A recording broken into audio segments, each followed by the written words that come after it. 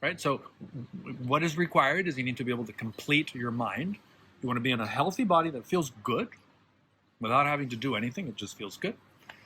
Emotions that are clear, complete up to the moment. Yes, tomorrow, one day I'll be happier, and someday I'll be sadder, and then I'll get angry, and then everything will happen. I'll sneeze too.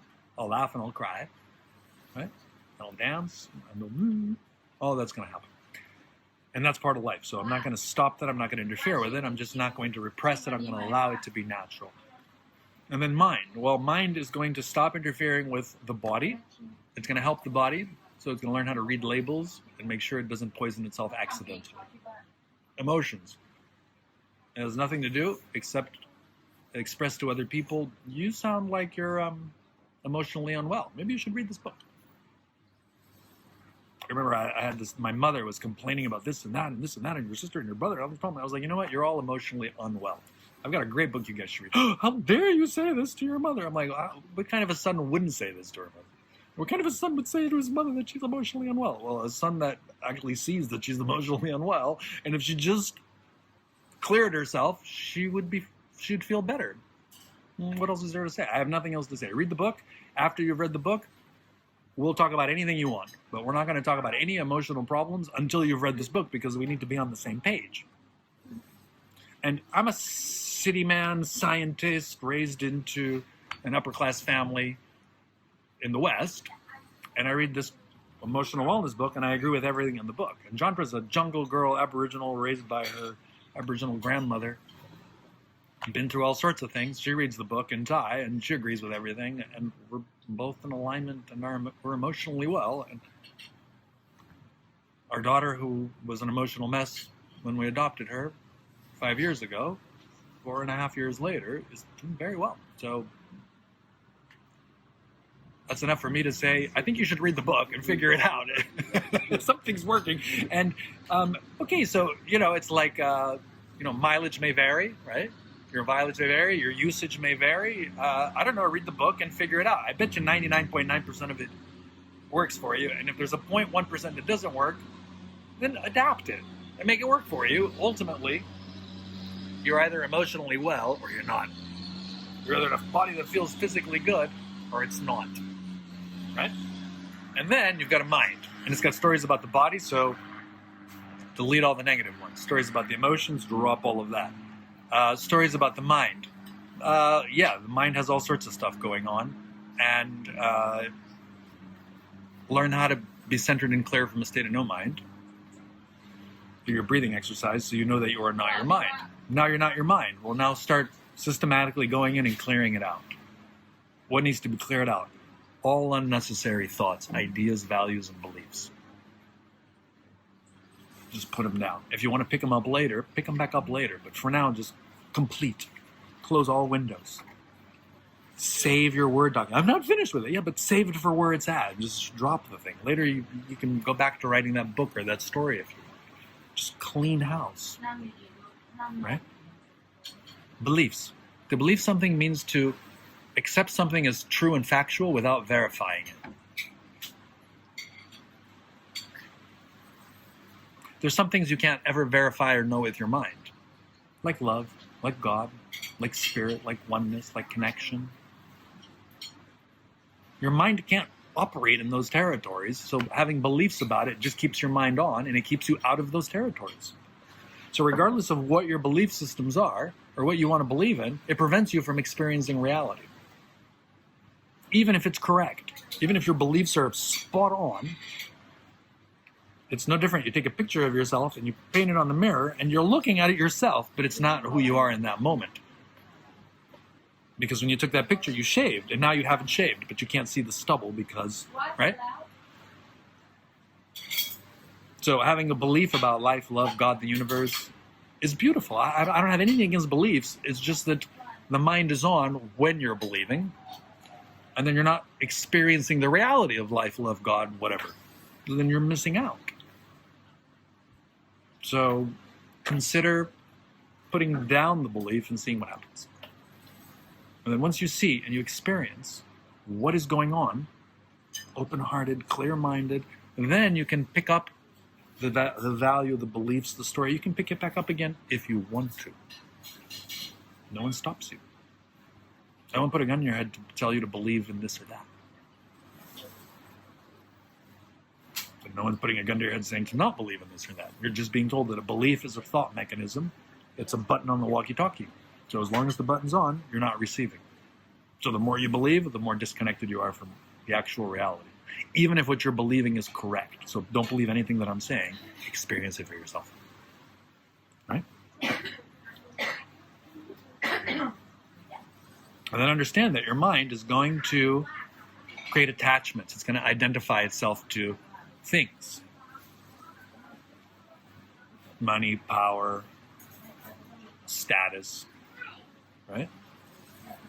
Metals, nationalities, religions, societies, right? So you're going to identify that, and you're going to say, I am a American, Peruvian, Christian, Muslim, atheist, Hindu, agnostic, like whatever it is. You have all these identifications.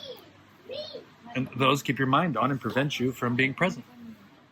So identify what these are and stop identifying. Go, oh, I have this idea in my mind, but I'm not this idea. I am the witnessing awareness that has accumulated this thought or this belief or this value. Then your mind is going to have identifications and attachments to people. These are going to be relationships.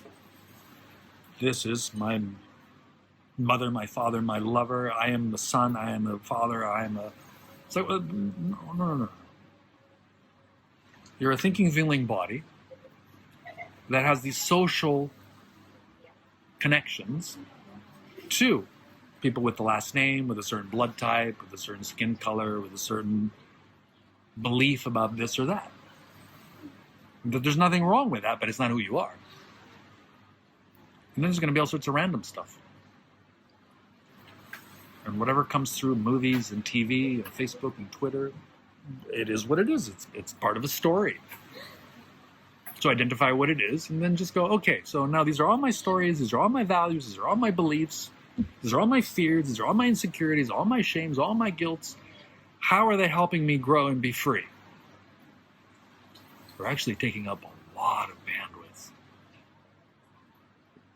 99% of all of my mind power, my thought, my awareness, my consciousness is going to holding on to these things which, do they really matter? What if I put them down?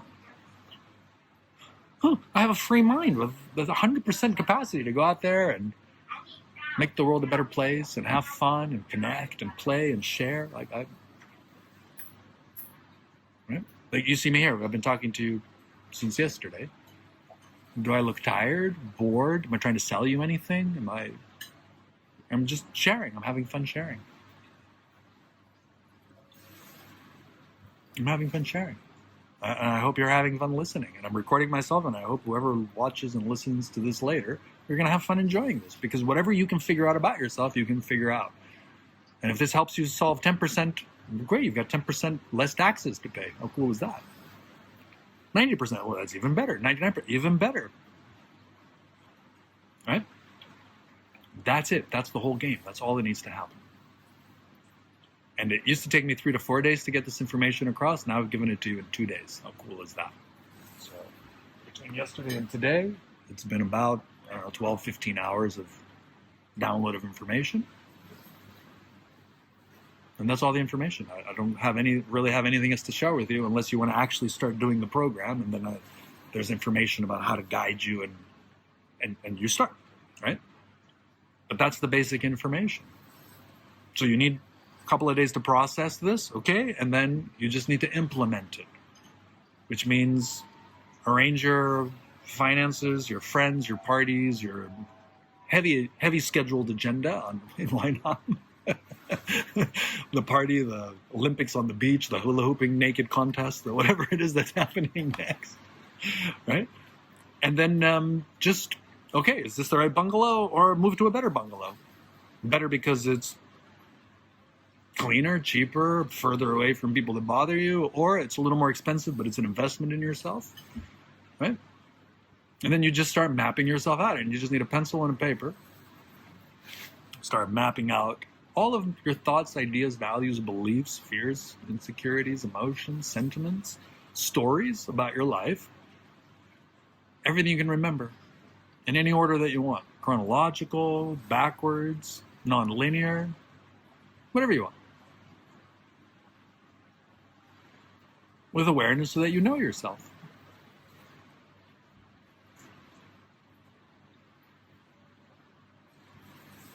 And you do that for 3 weeks, and 3 weeks from now, you'll come out a cleaner, healthier, brighter, more grounded, centered being than you were before. With a habit of waking up and just laying in bed and just watching your thoughts go by, and then maybe taking out a notebook, even while you're laying in bed, and just writing down, wow, I had this dream about this, and I let go of my fears about that. Now I understand why my mom used to say this, and my grandmother, why she got so pissed off at my dad. Start writing things down like that. Yeah? And you wake up and you say, okay, what does this body want for breakfast? Let me see. There's yogurt, there's eggs, there's nut. I'm going to do a fast today. Just one. Okay? See what writes down, what comes up. Right? The next morning, you have a great breakfast. And you'll eat this, you'll eat that. And then there's a hula hooping contest, so you're going to go hula hoop. Or whatever it is that you want to do. There's a party, so you'll dance. You'll write down your dream therapy each night, tonight, and each and every night. I rest well, peacefully, and my dreams I let go of. My fears and insecurities about life, love, money, sex, God, the universe, mom, dad, or whatever. Whatever it is, it all has to come out, so it doesn't really matter. You do it once, it feels okay. You do it 3 times later, boom, it's done. Wow, I feel so much better. Well, now I have this guilt about this thing. Oh, let's write it down. Oh, I need to write somebody an email. I made a mistake. Dear so-and-so, I'm so sorry. I was such an asshole. I just really screwed up your life. I really apologize. I'm really sorry. I've learned I'm never doing this stuff again. Love, so-and-so. And you send it off. And then, done. You cleaned your house.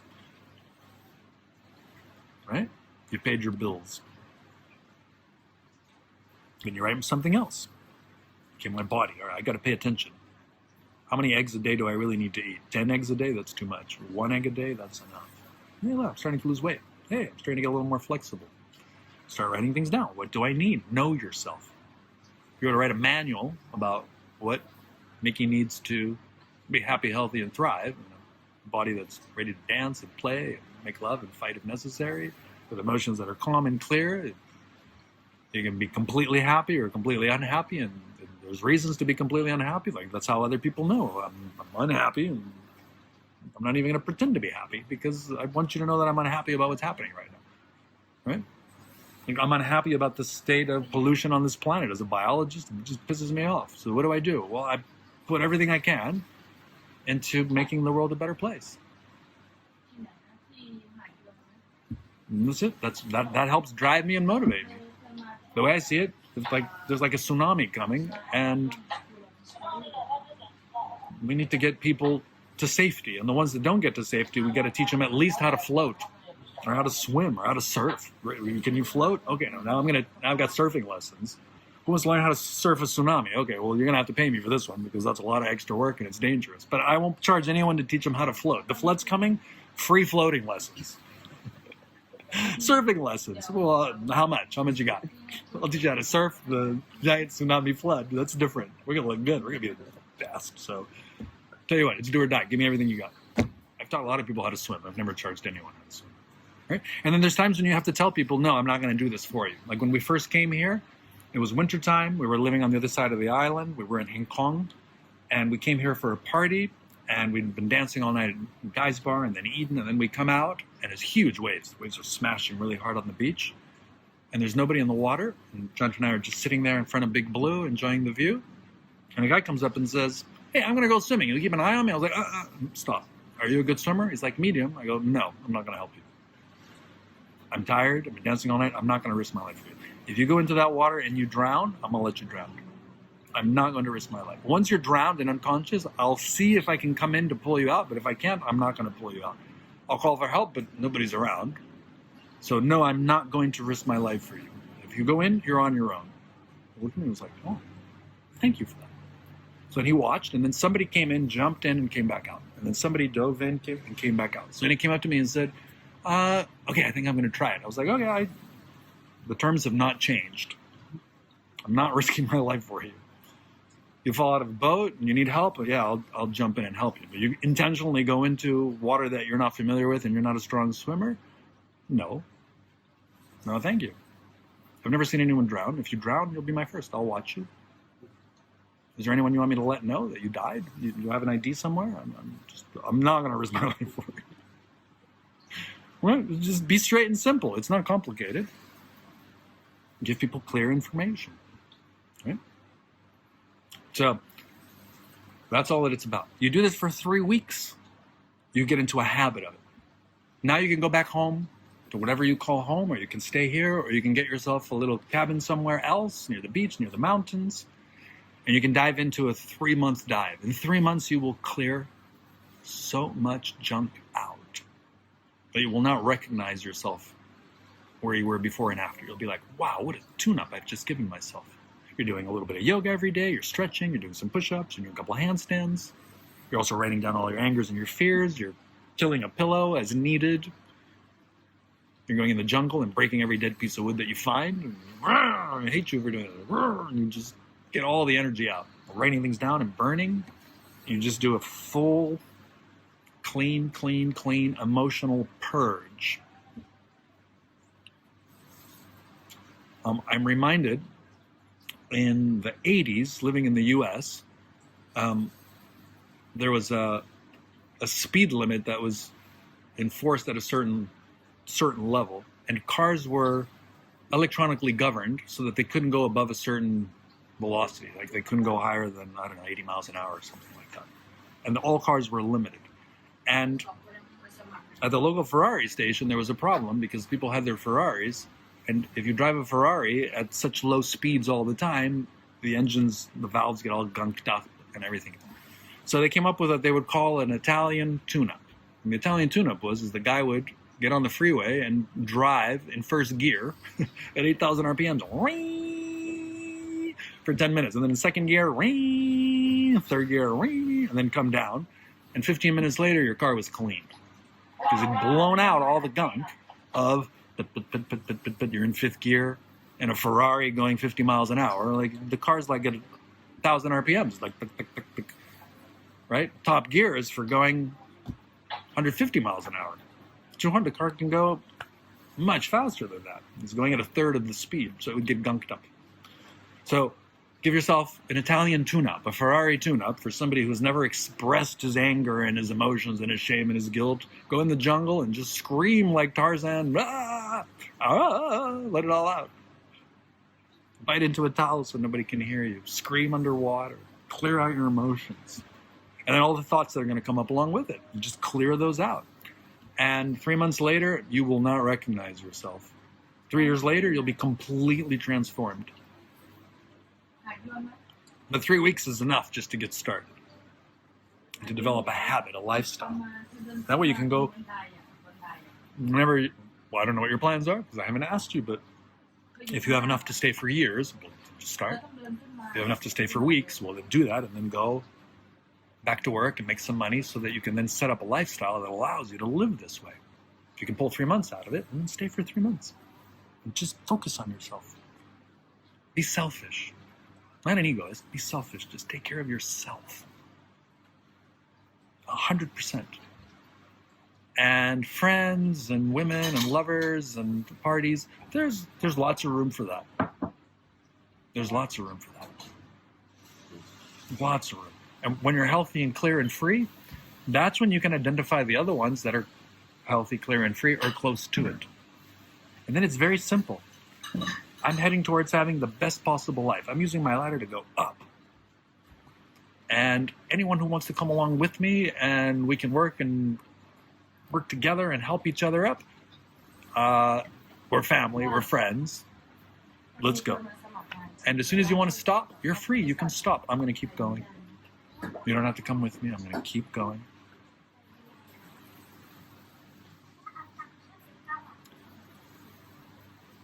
If you can get addicted to being free, to feeling present, to having intuitive and creative flashes, to feeling good, to knowing yourself, to trusting yourself, It's a good addiction. It gives you a little bit of a wild look in your eyes that, disorients people that are stuck in the matrix and stuck in a box and they're just rats in a race, but that's their problem. That's not my problem or your problem.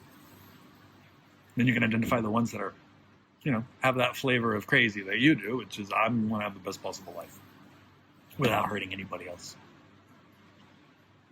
So I'm going to reevaluate all of my thoughts, all my values, all my beliefs, all the stories, and find whatever it is that works best for this body to have a nice life. Then I want to go out there and make as much money as possible so that I can help other people have the best possible life. Right. So it's a book that's been read by millions, the Rich Dad Poor Dad book. It's a brilliant book. There's a lot of books that he's written that are all very interesting. And they're full of valuable information. This man really put a lot of energy and a lot of awareness into how our mind works around money and currency, our rich thoughts and our poor thoughts. So we're going to have rich thoughts and poor thoughts, and if we have poor thoughts, we are going to stay poor. If we have rich thoughts, we're going to learn how to be rich. Now, when we started making money here, before we'd made larger amounts, but we made 5,000, we made 50,000, we made 500,000. Well, I looked for mentors, tutors, and I went online and checked what's happening with Rich Dad. Where's Robert? Can I find him? Can I go meet him? And he wasn't anywhere around.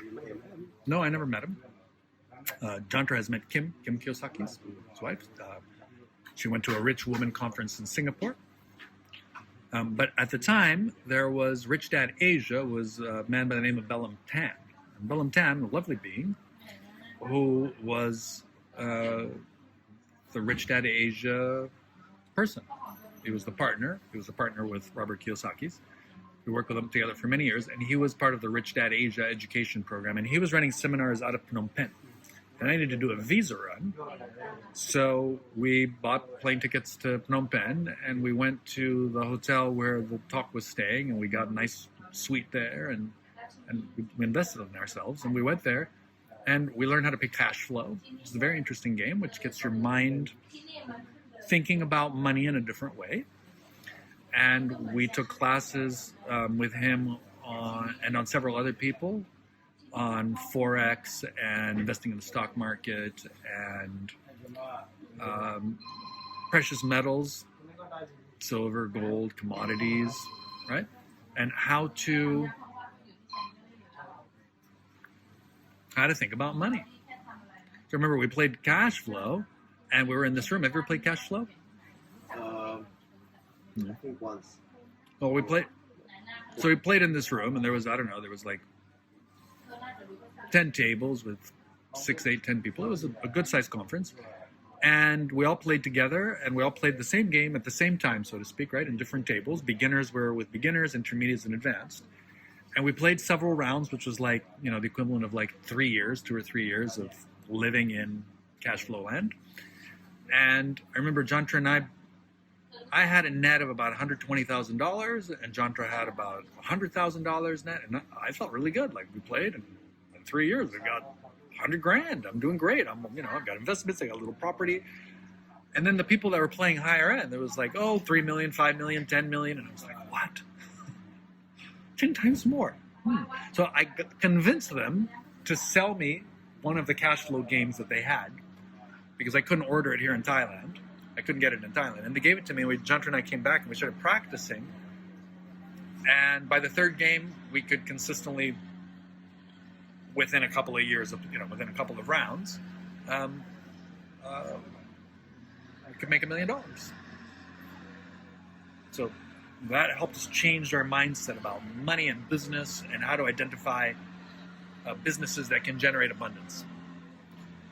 And then something else happened, which was that Bellam Tan was talking about money and investments and mindset, and I asked a question. So he called on me, so I stood up and I said, Master Bellam, I have a question for you. If you were to walk out of this room with nothing, basically the clothes that you're wearing and the cash in your pocket, and you had to start over from zero, how long would it take you to make $1 million? And he thought about it, and he was like, 3 months. I was like, Okay, very well, thank you. So then I took all the other courses that we had and really paid attention to what he says and how he says it. And within 6 months, I made my first $1 million. I closed my first $1 million deal ever. I'd never made more than $60,000 a year. I jumped to $1 million. Now, I did think about money and map out my thoughts, and I worked on something called mental bank that I learned at the hypnotherapy school where I was at, and that I created something I call mental currency account, which is a way of determining a value for your time and then keeping a little book, like a little bank book. And then every day, what you do is you write down, I spend 1 hour. So first, how much is your time worth? Well, my time is worth 10, 50, 100 an hour, whatever it is. And how much do you want it to be worth? It can be up to 10 times more. Okay? And then I'm going to invest in myself. Every time I do an hour of yoga, I pay myself 1 hour of my time at my desired rate. So I'd write down 1 hour times, let's say, $100, right? And then I go grocery shopping and I buy healthy organic foods that cost double than if I buy the regular cheap foods. So it costs me an extra $50, for example, right? So then I add that. And I have to drive 30 minutes out of the way to get to this better quality food. So then it's 30 minutes times half an hour times $100. And you start mental banking. You start adding. Every time you do something positive for yourself, you reward yourself with a psychological deposit. And every time you do things like you go out and get drunk and you're hungover and you do stupid stuff, and then you debit yourself 2 times whatever your time value is, and you start adding it up. And at the end of the night, you do this every night before you go to bed, and you have a number and you initial it, and then you turn the page, and the next day you start with whatever deposit you have. Well, I did this for years, and I got myself to be psychologically comfortable with an increasing bank book that starts from zero and works its way up, and then years later, eventually, I've got millions of dollars in psychological money and numbers, where I'm used to looking at a bank book saying I have saved and earned and invested in myself, and now I'm worth millions. I did that first. Then I could look someone in the eyes and say, my time is worth $1 million. You have it, you can pay it. If you can find someone that can offer this to you for less, go ahead. And there's top celebrity coaches that'll charge $1 million for 12 hours of their time. They can't tell you this. They don't know this information. They're stuck in their heads. They just do not have this information. So I can say to someone who's worth $1 million, I can say, well, my time is worth at least as much as yours. Right? So if someone says to me, well, okay, well, my time is worth $100 an hour. How much is your time? 101. If you don't like it, go figure it out yourself. Right? Oh, my time is worth $10. Oh, well, I'll take $10 from you for your time. My time is worth $1 million. Well, then I'll take $1 million from you. Fair is fair. I've got something to share that's priceless. Right? So, by loading my mind with these numbers and understanding how money works, I was able to attract that kind of money. So I'm comfortable talking to anybody. I can sit in front of the richest person in the world and say, I know you're the richest person in the world, but do you see your nose? No. Well, you're a loser to me. You're a poor person. I've never met somebody more poor than you. All that money, and you don't know where your nose is? Does your mind stop? You're not tracking reality? You think you're rich and you're not tracking reality? All right. Well, I'll share it with you. I'll teach you, but you got to share with me what you've got. So I've got wisdom and information, and you got money. I'll trade you. How much? Well, whatever your time is worth is the least amount of what you should be giving me. I can say that to anybody. Because to me, it's an existential fact that you're either present and tracking reality or you're missing. Right? If you're using money the wrong way, it's going to poison you. It's going to hurt you. Just like if you're eating the wrong way, it's going to hurt you. If you're thinking the wrong way, it's going to hurt you.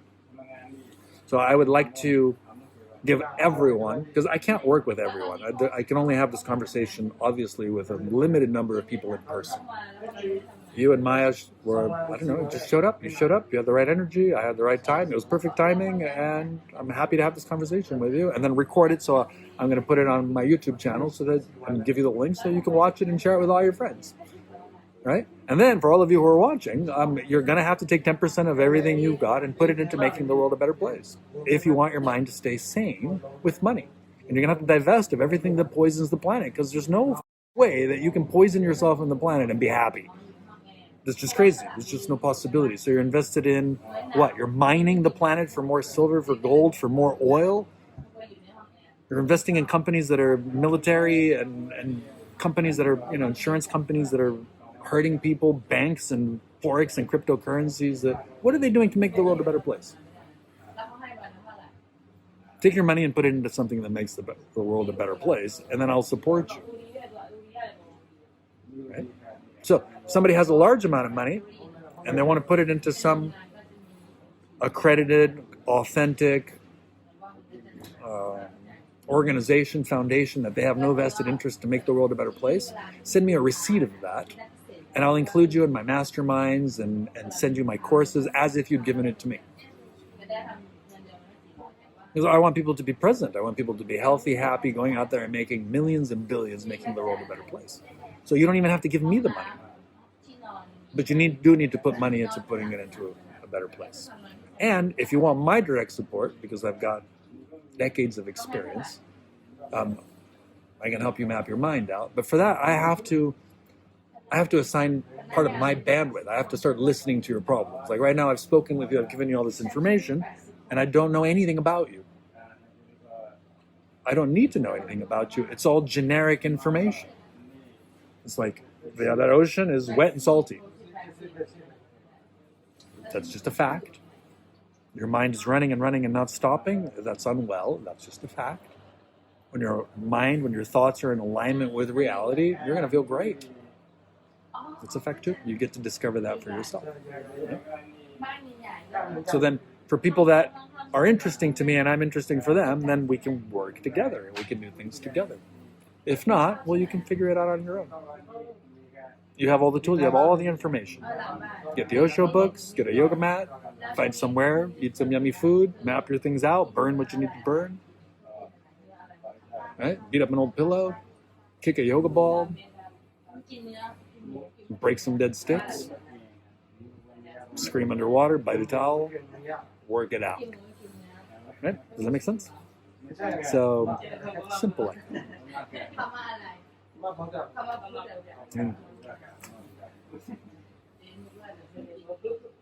Be free, be happy, be free.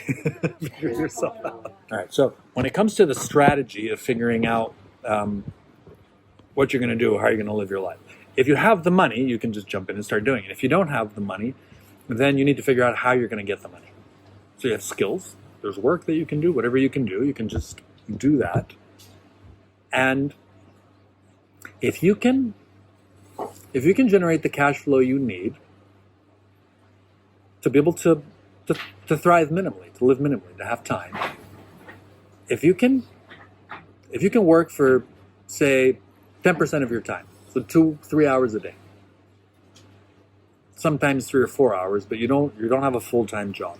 If you have the skills or the ability to generate the cash flow you need to be able to pay for a simple, nice, clean room, eat good quality food, and be able to go dance at least once a week, go stomp around, or at least put on your headphones and dance around your room, right? Then you have enough time. You can work all your way through. What it's difficult to do is to hold a full-time job. So you either work for a few weeks, a few months, and just hard, intense, and you're, I don't know, on a fishing boat in the North Sea, and, right? You make enough money that that's it, you do that for 3 months, and then now you're set for the rest of the year. Well, that's an option. That's as good an option as anything else, right? Does that make sense? Or you have connections or some type of way of making the cash flow you need with, 10, 15 hours a week, 40, 50 hours a month of work, and that gives you the money that you need so that you can buy the time that you need so that you can work on yourself, because you need time. Your mind needs to be as fully focused on clearing itself as possible. That's it. You have to hire your mind to clear itself. So for that, you need to have the time, and it's going to be 10 hours a day, 12 hours a day. You're going to eat, breathe, sleep, study, dance, and figure yourself out as much as you can until you're finished. And when are you finished? When there's nothing else to think about. When there's no more memories. When there's no, unprocessed emotions or any repressed fears or angers or shames or sadnesses. When those are all finished, then you're done. Something happens. It's like, you finish the crossword puzzle, you're done. You dig a hole, you want to make a well, you dig a hole until you have enough water to have a well. Then you're done. That's it. That's simple. You shovel the snow until there's no snow left on your walk. If it snows again, you shovel it again. Right? That's basically where you need to get to. You need to get to the place where you are caught up with yourself. So you've got 30 plus years of life, of which you're aware of some of it and unaware of other parts of it, and you're somewhere between 1% and 99% there. And wherever you are, you just start. But with this information, if you can practice this as much as you can until the day you have to leave here, you'll create a habit. You'll find value. You'll be able to go, oh, just so emotionally more clear. Now I got to get a job. Oh, the job with somebody who drives me crazy and I make more money, or a job with, I have freedom. I'm working in a factory. I don't have a lot to think about. It's a repetitive motion. And while I'm, drilling on a drilling machine, on a drill press all day, I can be thinking about all my thoughts and my feelings and my emotions. So that's a viable option too. That's the one kind of example where you could go and work in a factory doing something simple, repetitive. You don't have to think much. If you have to think about your work, then you don't have time to think about yourself. But if you can work in a garden, cleaning, sweeping, in a factory, doing some repetitive job, you get your skills down, you get it right, and then now, what are you going to think about? Your thoughts. Right? Does that make sense? So that you can clear those out while you're doing all this other work and while you're making money. And if you find the right job that lets you work for 3 months or 6 months or a year, and that lets you save the money so that you can go for 2 or 3 years and not have to work, that's brilliant too. Right? Right? It's just a question of just seeing what can you do, what skills do you have that are monetizable, and what can you go figure out. But being a stock boy somewhere, that's not a big deal. You have to think some things, but it's just, you have to want to do it. You have to know it's possible, and then you just got to start wherever you are. And you never know what surprises, what gifts, what blessings existence will provide you with, because you'll be in alignment with reality. So that's the surprises start to happen there. You never know. Friends come out of the craziest places. People meet you and they're like, no, I need to talk to you. How are you so happy? Like our friend who went to go work at the Burger King, he was the only one that was happy in that environment. People have been working there for years. Nobody could be happy. He could just go and enjoy himself. He wasn't taking it seriously. He was working. He was doing his job, but he also had time to be creative and have fun. Now, he'd already cleared himself, and he just wanted to see what could he do. Right? That's a great story. Yeah, it's a fun story. So you can figure out what you need to do to clear yourself, and you can definitely get into the routine. Like if you go and you do an hour of yoga every day for 3 weeks, you will basically be able to do yoga anytime for the rest of your life. Without a class, without a teacher, you stand up, you touch your toes, you do this, you do that, right? That part's not complicated. Same, you take time and you spend as much time as you can mapping yourself out and thinking about yourself and what's working and what isn't, and you map all that out, and it'll start to make sense. So you'll be able to map it out. You'll get enough done, and you'll realize that, wow, this is really helping me. So then you can choose to create a lifestyle that allows you to keep going. And if you can't take 3 months off, that's okay. Just start with what you can, and then go somewhere where you can work on making money, on creating an environment so you can work on yourself. And how old are you? 35. 35. So if it takes you 9 years to do it, well, I was 43 when I cleared myself. It will take you 9 years. So if it takes you 5 or 6 years, you're still ahead of me. Because it took me 43 years. It took me 35 years from the time I first decided to start thinking about myself to I figure myself out. It won't take you 35 years. So when you were born, I was going, Mom, how do I, my breath, my heart? How am I going to stop my heart? I don't know. Some yogis do it. Okay, I'll go figure it out. Thanks, Mom. Whatever. I just did it. 35 years later, I figured it out. 35 years later, you're here. If you start now, you'll get it before you're 70, pretty sure. You'll get it in a couple of years. It really doesn't take that long. It's just a question of knowing that you can and you should, right? So we can compress decades into something that's doable.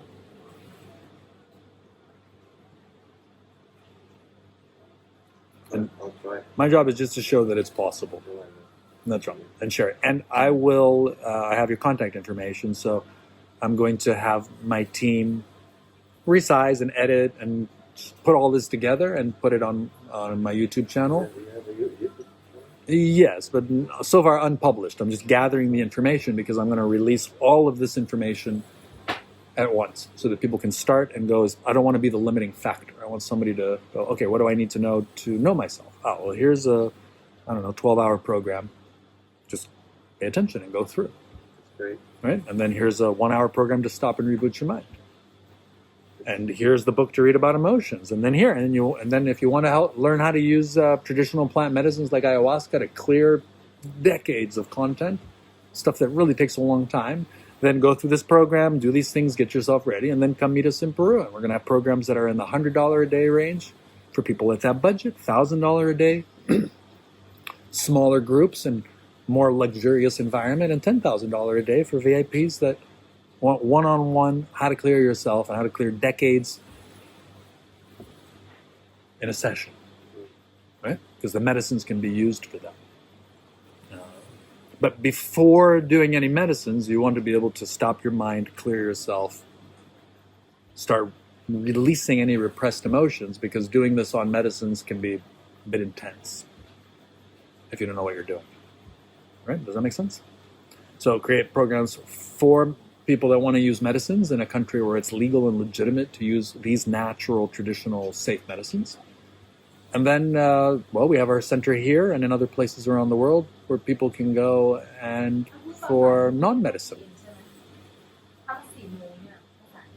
work, because it's not something that's safe or legal here. So then we just don't do it here. Right? Does that make sense? But you can figure this out. You can map this out for yourself. These are the basic instructions.